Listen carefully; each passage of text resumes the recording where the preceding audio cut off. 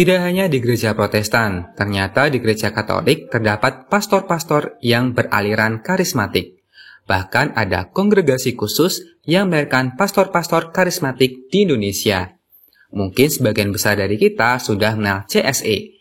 Ya, kali ini kita akan membahas kongregasi CSE, sebuah kongregasi dengan semangat pembaruan karismatik Katolik. Sebelum kita bahas lebih lanjut, jangan lupa untuk klik subscribe, like, komen, dan share. Dan jika ingin mendukung pengembangan channel ini, kalian dapat bergabung menjadi kesatria atau klik tombol Super Thanks.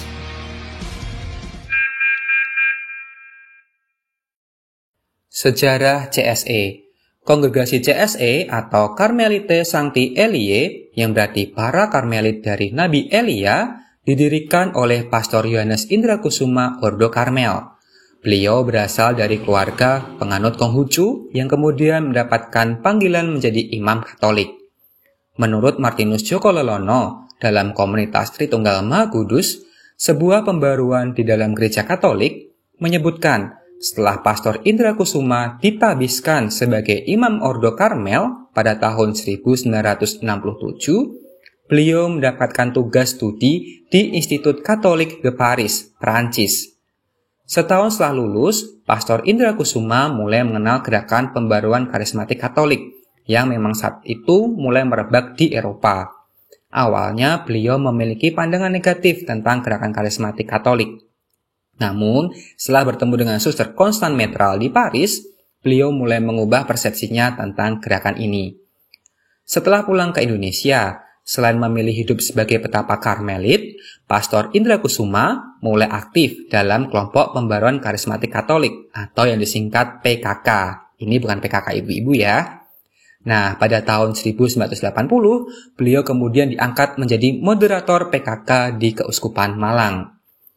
Karena beliau adalah seorang Karmelit, maka dalam aktivitas melayani komunitas pembaruan karismatik Katolik, beliau selalu berlandaskan pada spiritualisme Karmelit.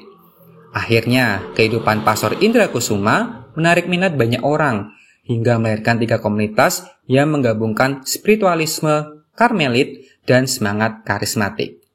Pertama, pada tahun 1982, beliau mendirikan kongregasi Putri Karmel, yang kemudian diterima sebagai cabang Ordo Karmel pada tahun 2002. Nah, yang tertarik menjadi suster-suster karismatik bisa bergabung dengan kongregasi Putri Karmel.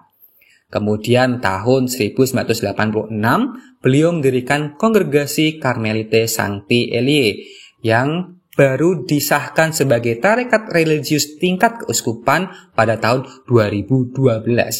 Nah, ini dia kongregasi khusus pastor-pastor karismatik Katolik di Indonesia.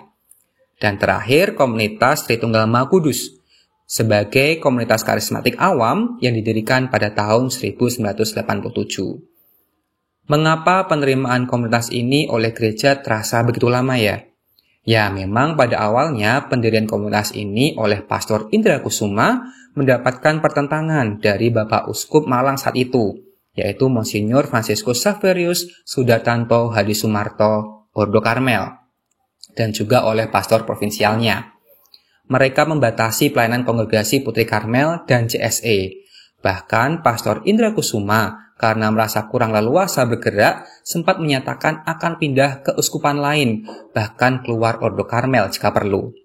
Sampai kemudian pada tahun 1988, Pastor Indrakusuma mulai mendekati Uskup Bogor, Monsignor Ignatius Harsono, dan ternyata diterima dengan tangan terbuka. Saat mereka akan pindah dari Malang ke Cikanyere, Cianjur, Jawa Barat, Monsignor Hadisumarto atau Uskup Malang saat itu dipindah ke Manokwari, dan penggantinya Monsignor Herman Joseph Sahadat Pandoyo Putro, Ordo Karmel, ternyata terbuka terhadap aktivitas Pastor Indrakusuma, sehingga niat kepindahannya dibatalkan. Nah, kongregasi Putri Karmel diputuskan tetap berpusat di Ngadireso, Malang, sedangkan kongregasi CSE dipindahkan ke Cikanyere, Cianjur sampai sekarang. Keunikan Pastor CSE. Apa yang menjadi perbedaan antara Pastor CSE dengan pastor Katolik lainnya? Ya, tentu saja spiritualitas mereka yang merupakan gabungan antara spiritualitas Karmelit yang berasal dari ajaran Santo Yohanes dari Salib dan Santa Teresa Avila dengan spiritualitas gerakan karismatik. Maka jangan heran, meskipun di satu sisi hidup para pastor CSE seperti petapa Karmel, yaitu tenang, kontemplatif, selalu berdoa, namun di sisi lain kita akan bertemu dengan aktivitas berbahasa roh, penumpangan tangan, ibadah penyembuhan, dan penolakan setan ala gereja karismatik, bahkan atau gereja-gereja Pentakosta. Begitulah. Tapi tenang dulu, setahu saya penggunaan bahasa roh dalam gereja Katolik dibatasi dalam ibadah. Nah, jadi bagaimana nih? Ya, sah saja sih sebenarnya berbahasa roh saat berdoa, baik secara pribadi maupun bersama komunitas. Namun, perlu ditekankan, bahasa roh dalam gereja Katolik bukan tanda orang tersebut lebih suci atau lebih hebat dalam rohani ya. Karena dalam pandangan gereja Katolik, yang terutama adalah 7 karunia Roh Kudus yang akan menguduskan seseorang. Sedangkan bahasa roh itu dikategorikan termasuk karisma yang tujuannya lebih untuk membangun jemaat. Nah, kalau salah mohon koreksi ya. Nah, dalam ibadah yang mereka pimpin, biasanya akan terdengar lagu-lagu pujian yang sama seperti digunakan di gereja-gereja Protestan. Ekspresi-ekspresi berdoa pun sangat spontan, seperti bertepuk tangan, menangis, mengangkat tangan, berjingkak, menengadah, pokoknya begitulah. Pokoknya meriah. Nah, menarik kan? Dan perlu diingat, semua ini tidak menggantikan posisi utama Ekaristi ya. Nah, perbedaan lainnya dengan imam lainnya, ya kalau imam lain tuh mungkin malah kurang cocok dengan gerakan karismatik. Bahkan ada yang cenderung melarang loh. Berikutnya, selain sebagai imam dalam suatu paroki, para pastor CSE dibantu para suster putri Karmel juga menjadi pembina komunitas Tenggal Maha Kudus. Kita juga dapat mengikuti pelatihan-pelatihan rohani mereka melalui retret maupun seminar-seminar karismatik yang mereka selenggarakan, terutama di Lembah Cikanyere. Selain itu, mereka juga sering mengadakan ibadah penyembuhan ala gereja Protestan. Begitulah, tertarik mengikuti? Silahkan. Dari lokal menuju internasional. Bagaimana status kongregasi CSE? Seperti yang telah disebut sebelumnya, Kongregasi Karmelite Sancti Elie adalah tarekat tingkat keuskupan, yang artinya didirikan berdasarkan dekrit uskup dengan persetujuan tahta suci. Nah, yang memberikan dekrit adalah Uskup Bogor, Monsinyur Michel Cosmas Angkur, OFM, pada tahun 2012. Usaha peresmian ini dimulai sejak tahun 2009 dengan memohon nihil obstat atau pernyataan tidak ada kesesatan dari tahta suci. Dengan status kongregasi tingkat keuskupan, maka Pastor Yohanes Indra Kusuma CSE sebagai pemimpin umum mengucapkan janji setia kepada gereja dan berada di bawah bimbingan Uskup Bogor. Menurut Monsinyur Angkur, salah satu alasan peresmian ini adalah agar pemantauan oleh gereja dapat berjalan secara tepat. Nah, kalau begini, CS ini adalah kongregasi lokal asli Indonesia. Gitu ya.